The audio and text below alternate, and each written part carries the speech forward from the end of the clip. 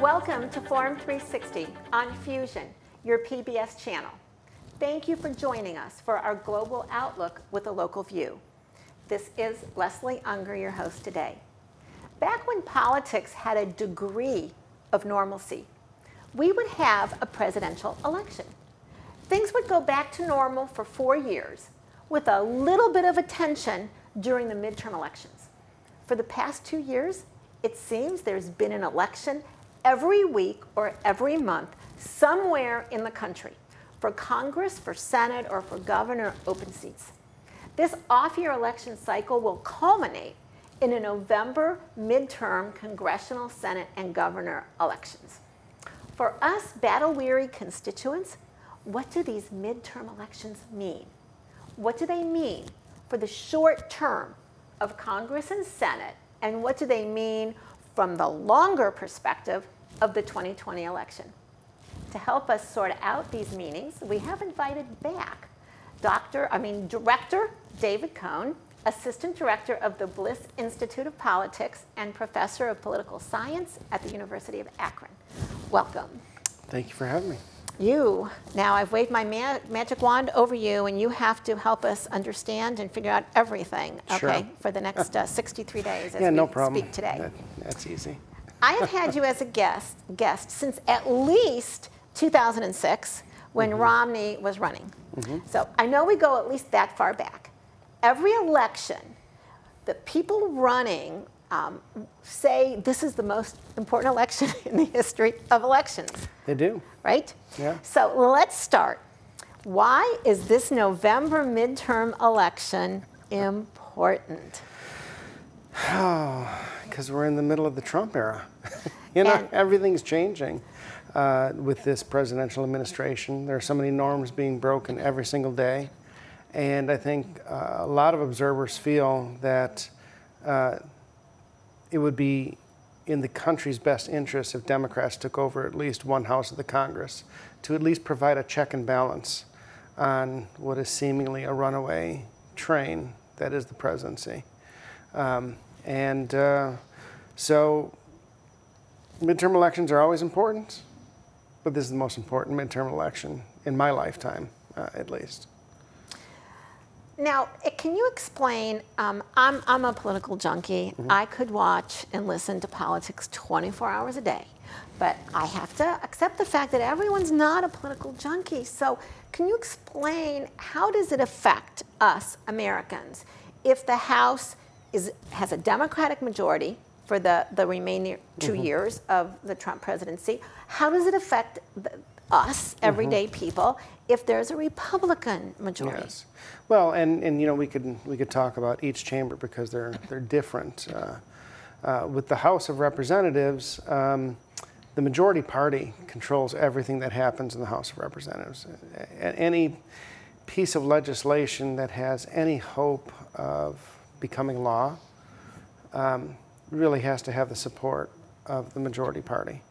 The majority party, because there is no filibuster, there really aren't rights for the minority party in the House of Representatives. The majority party controls everything, from who is chair of the committees, to what legislation gets on the agenda, to what hearings are held, oversight hearings to hold the executive branch or private business or others accountable. So just having that majority allows you to set the agenda for that chamber. And if the opposition party holds the House of Representatives, it means that the majority president, the president, that holds the Oval Office, will not be able to just kind of ram his legislation and his legislative agenda through the Congress. You can make the same argument for the U.S. Senate. I would argue actually it's probably more important that Democrats take over the U.S. Senate because, as we're seeing right now, the Senate is a key in the advise and consent process. They are the ones that confirm or reject presidential appointments to the to the executive branch, to the judicial branch. The House plays no role in that. And so if the Democrats were able to take control of the Senate, that would be a massive check on the president's ability to appoint people to both the executive and judicial branch. And through those judicial appointments, a president, those are lifetime appointments, the president can shape the judicial branch not only for the rest of his presidency, for years, and in many cases, decades to come, long after the president's out of office and is dead. Presidents are still having an impact through their appointments. Let me switch but not switch. And why do you think that Paul Ryan really did not run again?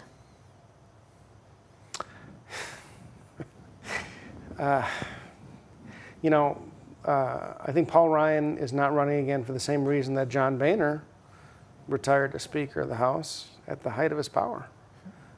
Because being Speaker of the House as a member of the Republican Party is a miserable job. Because essentially congressional Republicans have lost control of their party.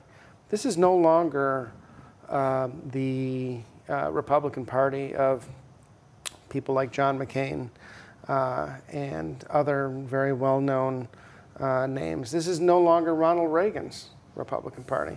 This is Donald Trump's Republican Party. Would you agree, because we can only conjecture, but Ronald Reagan would be way too middle of the road for today's Republican primaries? Ronald Reagan would be a never-Trumper, a Republican, first of all. Ronald Reagan may be a Democrat. In fact, Ronald Reagan started out as a Democrat early in his career. And really for much of his life, he was a Democrat, and really only switched later because he became more conservative. I think today's Republican Party makes it very difficult for lifelong conservative Republicans to remain loyal to the party. You're seeing many well-known conservatives, you know, people like George Will and David Frum and others leave the party because it's no longer a welcoming place for them because the party has lurched so far to the right. John Kasich would have a hard time getting his party's nomination. I think. You're talking about for president or governor? You're talking about for governor? For governor. For governor. Absolutely. He would have a hard time getting his party's nomination for governor. And, you know, he had little trouble getting that nomination way back in 2010. Really, 4 years ago or 8 years ago. Right. Right? Exactly. So that just shows how much the Republican Party has changed and in many ways lurched very far rightward. Especially on a lot of those social issues, but also part of the Republican Party, part of Trump's Republican Party, has actually lurched to the left, and on issues such as free trade. The Republican Party for decades has been a party that has promoted free trade and free trade agreements, and yet you have a Republican president now that is actively promoting and trying to start trade wars with countries all over the world. Not only countries, our closest, America's closest allies. He is starting trade wars purposefully. Canada is now seen as a rival and as an enemy. I mean, remember in the 1980s, I think it was John Candy's last movie before he died. It was a movie called Canadian Bacon, which was about a fictitious war that started between the United States and Canada. And everybody thought, oh, that is, you know, so ridiculous. Well, look at where we are now. It's not so ridiculous anymore. Well, not to pick on Paul Ryan, but he's just such a great example, you know, of taking a whole big cause into one person. When Romney picked him as a vice presidential candidate, I would say that his star was rising very high. Oh yeah, it was very bright. Is the star out? Is it dark forever, or do you see it come back in the future? I don't know. I don't know if he has any interest in coming back into politics. I see a man who's still relatively young, that probably, you know, has really spent almost his entire adult life either as a congressional staffer or you know, as a member of Congress. He probably wants to get to the private sector where he doesn't have to deal with Tea Party people in his own party and where he can actually make some money. I don't know if he has any interest in being involved in politics anymore. I can see him writing a book. Maybe if things change, maybe he you know, run for president, but I think he's been so tainted by really his lack of really lack of courage and spine in terms of standing up to the president of his own party, that I think that'll forever haunt him, because I am convinced that this is a presidency that I think is highly likely not to, Donald Trump is not likely to finish out his entire term. I think he's going to go down in the annals of history as somebody like a Richard Nixon that is viewed with contempt. And I think he's going to fare much worse than Nixon, because Nixon was an expert on foreign policy and a real expert on policy, and he had some redeeming qualities. And instead, you have, I think, a president that is just not up to the job. And I think Paul Ryan and others that failed to stand up to him, I think will look very poorly as time marches on. No, I didn't expect to go down this road, but when I was in high school, I actually attended the Watergate hearings, kind of by accident, stood in line for 6 hours to attend them. But back then, there were only 3 television networks. Right. There was no cable. Right. Everyone didn't have their cell phone. There was no Fox and Friends. There was no Fox and Friends. Right. There was no Hannity. Have you ever thought about, would even Nixon's impeachment have ended differently if there were cable news existed then? Quite possibly. And the rise of Fox News is, in some way, it probably has its roots in the Watergate scandal and Nixon's demise, and the notion that some conservatives thought, we need our own network. And I think, for many years, Fox has had certainly a conservative bent and slant to its news. But ultimately, there were a lot of people that worked in the network that were still real journalists, and they were reporting real news. I think what we have right now is a network that has become a propaganda arm of the president, and I think it's a very dangerous thing. When President Obama was in office for 8 years, was MSNBC maybe reporting news slightly to the left of center on some of its shows? Yes. But it was not a propaganda arm of the president. It was still highly critical of President Obama when it needed to be. And I think what we have right now is a news channel that has decided not to be a news channel anymore. And it's now, I think, in many ways, state-run television. State-run television. Yeah. Well, I'm glad that in 13 minutes I've gotten to my 3rd or 4th question here. But a question I've always wondered, why do people who have never met Nancy Pelosi and perhaps don't even really understand what her role is, why does she garner so much hate? I think there's a gender component. I really do.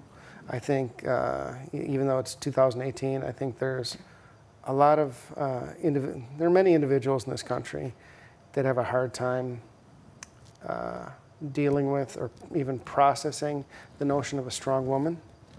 I think you can see that in the treatment of Hillary Clinton, Elizabeth Warren, other strong women, especially strong women that are viewed as Democrats or liberals.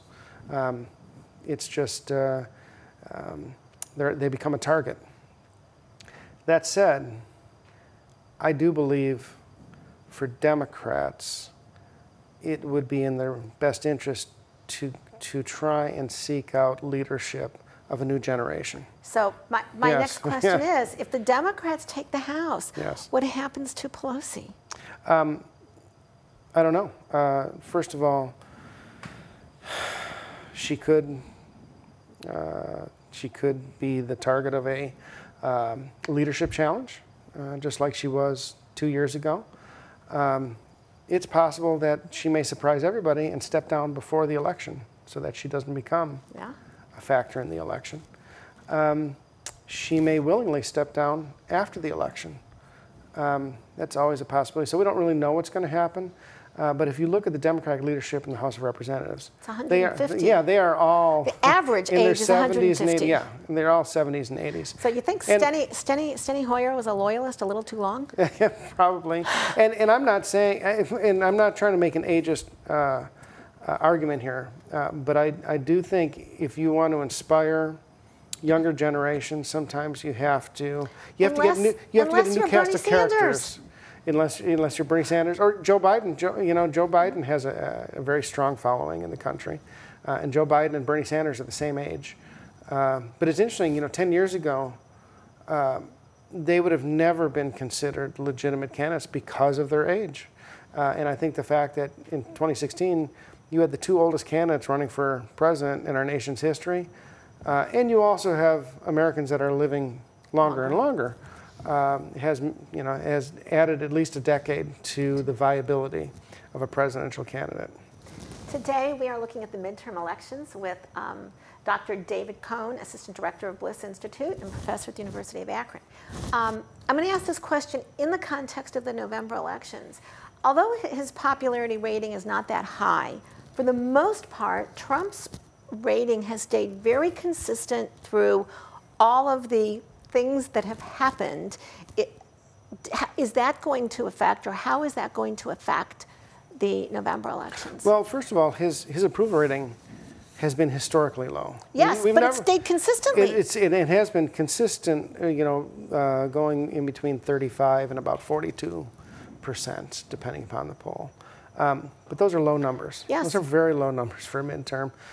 They'd be extremely low numbers for somebody that's going up for re-election. Trump is going to be an anchor for the Republican Party in the midterm election.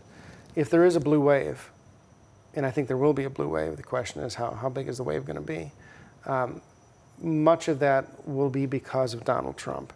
Now, I do have to say that in every midterm election, except for a few counterexamples, the president's party does poorly, especially in the House of Representatives. The last time that a president's party actually won seats in a midterm election was 2002, after 9/11. Republicans won a few seats.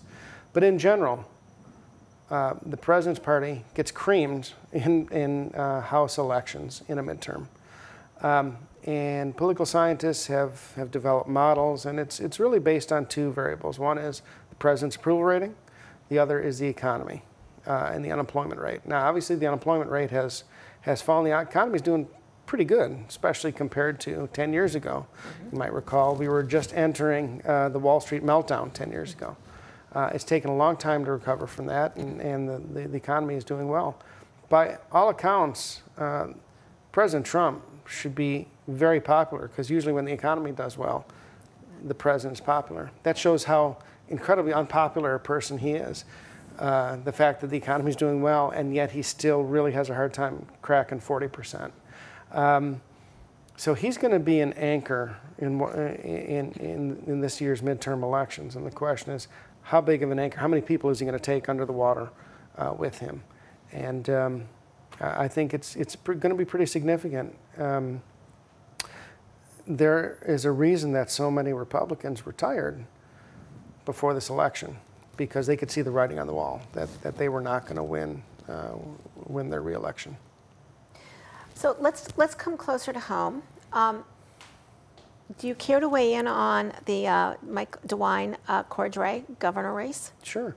I think it's going to be, it's obviously a very competitive race. If you look at the polling, it really is a toss-up. And I think this is the kind of situation when you have two fairly evenly matched candidates, two very experienced candidates, two highly qualified candidates to be governor of Ohio. It's just a question of which vision Ohioans want to endorse through their vote. I think it's going to come down to external factors. In other words, I think this is the kind of situation where the Trump factor may play a significant role. So what kind of role is it going to play? Well, I think it's going to help Cordray, and it's going to hurt Mike DeWine. Okay. Because if there's a blue wave, that wave not only helps in congressional races, it's going to help in all the statewide races for Democrats and be a very big hindrance for Republicans. So you want to weigh in on Renee C. Sherrod Brown? I think all things being equal, and if there isn't a significant shock in the political environment that we can't see, I think Sherrod Brown wins this race easily. The polling is showing him pulling away from Renee C.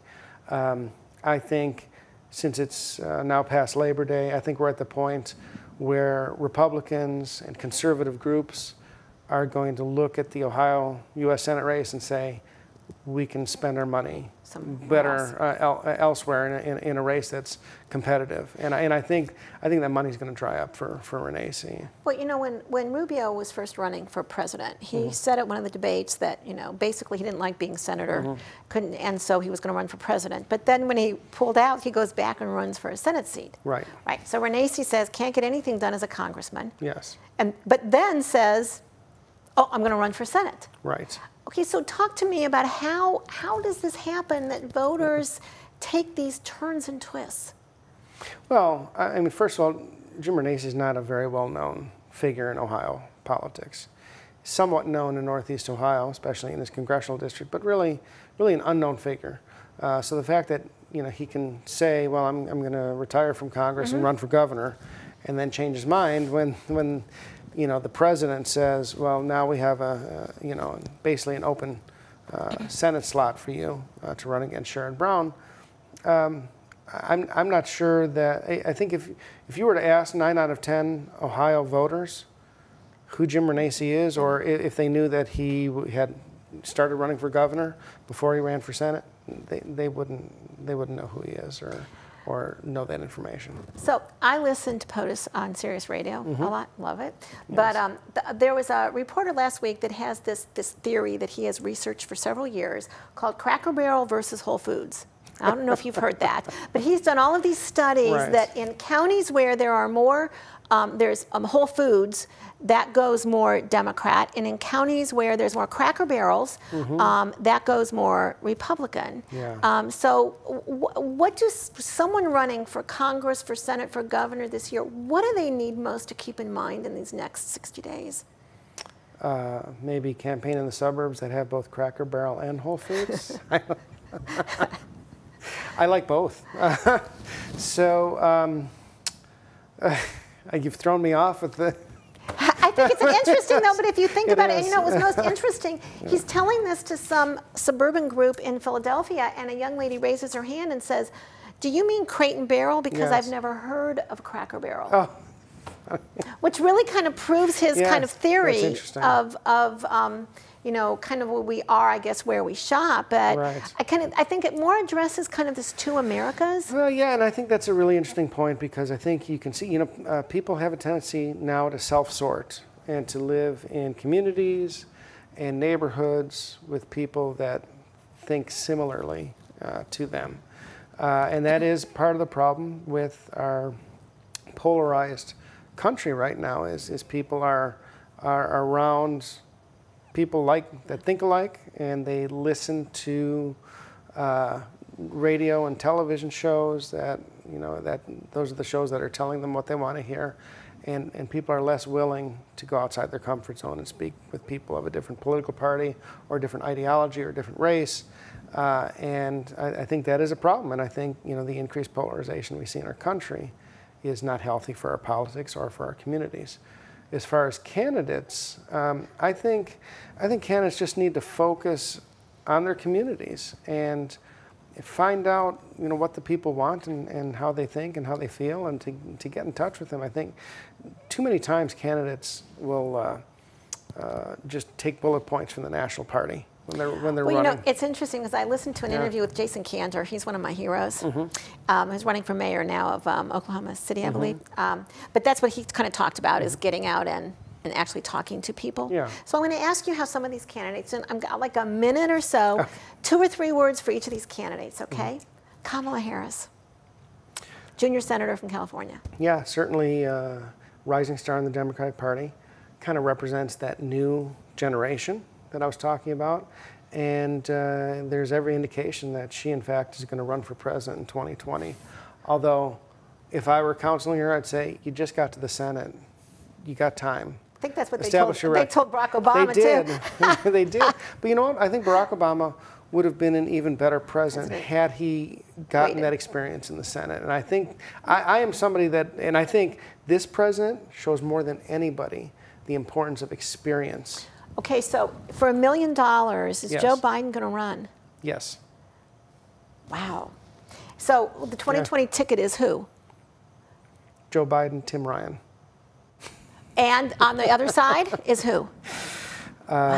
It is. I guess I should be nicer to Tim Ryan when I see him. Absolutely. It's Mike Pence and whoever he decides to choose. Probably. I don't know. I have no idea. Sarah Palin. Who knows? To put elections into context of the 195 countries assessed, only 87 countries in the world have free elections, which means the United States is one of only 87 countries where we can freely vote. That said, 56% of the U.S. voting age population cast ballots in 2016 presidential election, which means 44% of eligible Americans did not vote, although 70% say a high turnout in presidential elections is very important, which begs the question, what constitutes a high turnout? So Dr. David Cohen joined us today to help us understand the short-term and long-term impact of November's midterm election. In this polarized world, perhaps the one thing we can all agree on is to vote on November 6th, or at least by November 6th if you vote early. Thank you for joining us on Forum 360. Forum 360 is brought to you by Electrical Impulse Communications, the John S. and James L. Knight Foundation, Hudson Community Television, the Rubber City Radio Group, an anonymous donor, the Jewish Community Board of Akron, Medical Mutual of Ohio, Blue Green, and Forum 360 supporters.